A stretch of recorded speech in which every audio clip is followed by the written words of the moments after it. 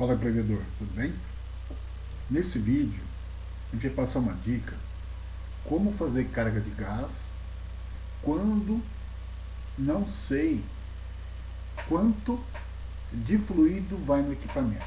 Então já aconteceu algumas vezes de chegar no equipamento e precisar fazer uma carga de gás e não saber quanto de fluido que vai nesse equipamento. Então nesse vídeo eu vou passar dica de como fazer carga de fluido quando você não sabe quanto de fluido que vai no equipamento.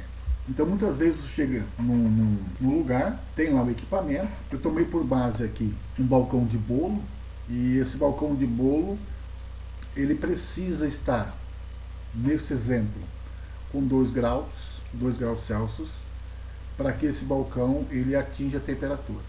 Então você chega no cliente, ele fala assim, ó, esse balcão para gelar, ele precisa de 2 graus Celsius. E você identifica que o gás que vai lá, o fluido que vai lá, é o 134A.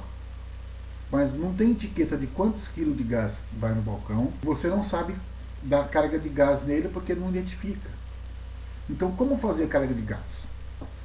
Existe um método que é usado para fazer a carga de gás. Eu vou passar esse método. Então, primeiro passo.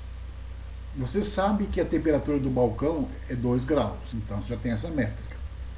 Segundo, sabe que o fluido do balcão é o 134A. O que não sabe?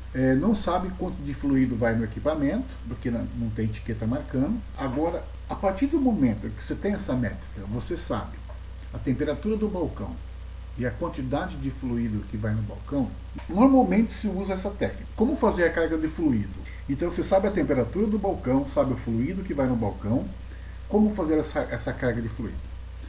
Normalmente, quando o equipamento é de ar forçado, tem que considerar um delta de 6 graus no balcão.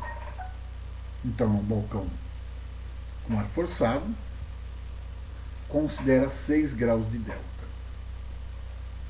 Então, se o balcão, a temperatura que vai ter que atingir é 2 graus Celsius, ok? E você tem 6 graus de delta, é por causa que é ar forçado, então você vai subtrair 2 menos 6 é menos 4 graus. Para que você tenha uma quantidade de fluido correta, você vai adicionando fluido até no manifold, na pressão, na escala da pressão dos fluidos, ele esteja a menos 4 graus. Ou seja, a pressão de trabalho com 134A, ela vai ser 22 PSI.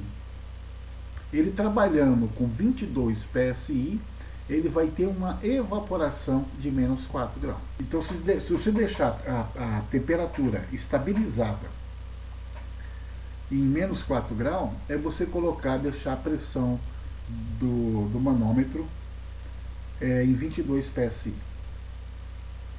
Então vai pôr no fluido, aguarda, vai pôr no fluido, aguarda, até estabilizar a pressão do manômetro em 22 PSI. Então nessa régua tem as escalas de pressão vezes temperatura, ok? Essa régua é uma régua da Bitzer. Então nessa escala de pressão vezes temperatura, a pressão é 22 PSI, que equivale a menos 4 de evaporação. Então fica mais essa dica. Um abraço, deixe seu comentário abaixo, dá sugestão de vídeo, e também quero agradecer a todos vocês que se inscreveram no canal. Um abraço, empreendedor, e até mais.